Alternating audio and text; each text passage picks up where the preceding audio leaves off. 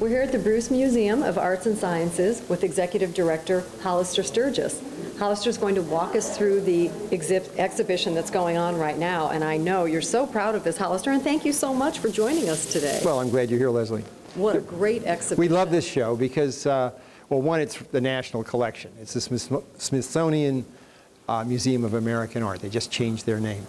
And they are renovating, and so they're sending out what they call the works they prefer never to lend, i.e. their very best works. Wow. And they organized 8 exhibitions. This one, the best one maybe, is American art from about 1910 to 1960, and we opened the show. I'd like to give some tips on the little information labels that are next to the paintings. Do you suggest reading those first or reacting to the painting? I know there's a lot of detailed information on these labels, and it is helpful, but any tips? Now people aren't coming to the museum to read. They're coming to look. And so the first thing you want to do is you want to look around, and you really want to look at things. And if the labels are really here if you really get hooked. Something catches your eye, as you say. Then you have that information. You may want to know when it was done. You may want to know, well, not just who the artist is, but where's the locale.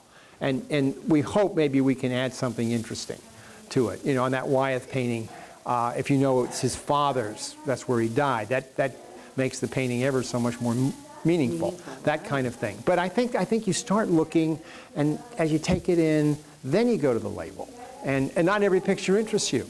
What's sort of fun about art is you can just whip through the show at whatever pace you like. Oh, thank you for saying that. Yeah, you Sometimes can. I feel bad if I'm going through a room. You know, I didn't pause at every No, and single I think people go and stop at the things that move them, as it should be. Well, Hollister, I think that this painting, Scenes of American Life by Gertrude Goodrich, is probably the largest piece in the exhibition. It is. Tell me about it. It's got to be popular. It's the title picture for the show, Scenes of American Life. And you've got a beach scene in the 40s. And she, by the way, just called us up. She came and saw the show. She hadn't seen this painting in years and came in and burst into tears. Oh, bless her heart. And it's, you know, it's obviously, it's kind of a delightful satire. You've got all these red sunburned people and doing various things, you know, showering. You've got the guy in the center walking over people. With his umbrella sticking out, tying up the young boy's kite. Are these water wings? They're water wings. Oh, great. And then you've got the chap down here admiring her as she, as someone said, she's got water wings of her own. Yeah. And then you've got these delightful little heads that are kind of bobbing out in the water. And then this is when the policeman, everybody's best friend. Oh, sure. And it's kind of an innocent world. It's kind of crowded. And then we've got down there, we've transposed, anybody can unscramble that file with the soldier during the war. World War II, right. So, I think it has a kind of, again, that sort of the common touch, the everyday charm. Hollister, I wanted to ask you a question about something that I've heard before called museum fatigue. I think particularly people who don't go to a lot of art museums can maybe try to take on a little too much. Are there any tips, like maybe just sitting down or going to the museum store or something, or pacing? Well, I think it's totally a function of boredom.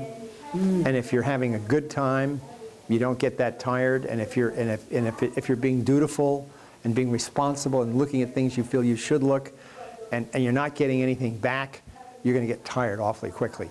I go a show I like, I get energized. Something I don't like, I get tired very quickly.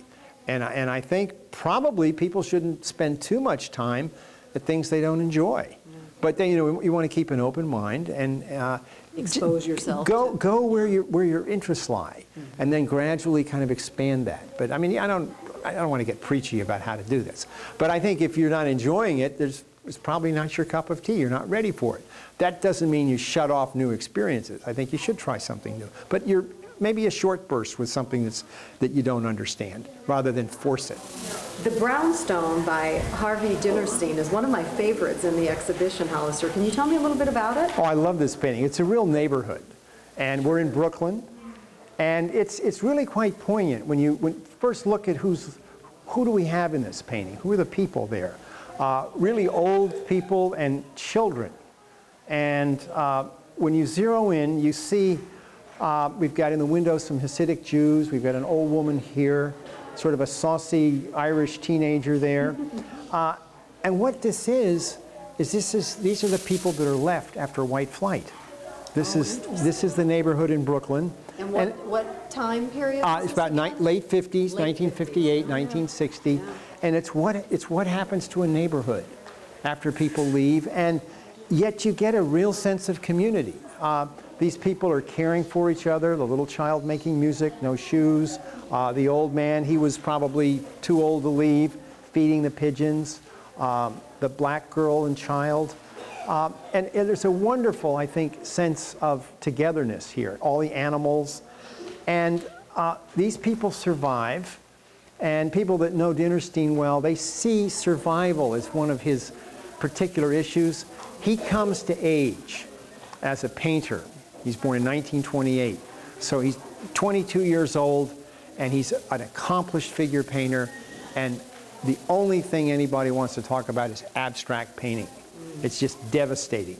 And Harvey keeps to the faith, stays with his convictions, and continues to paint figure scenes, representational work. And here he is, 10 years later, 1958, painting a representational painting. He too is a survivor, surviving yes. against the tide and continuing in this tradition. And I think it's just a beautiful, poignant moment.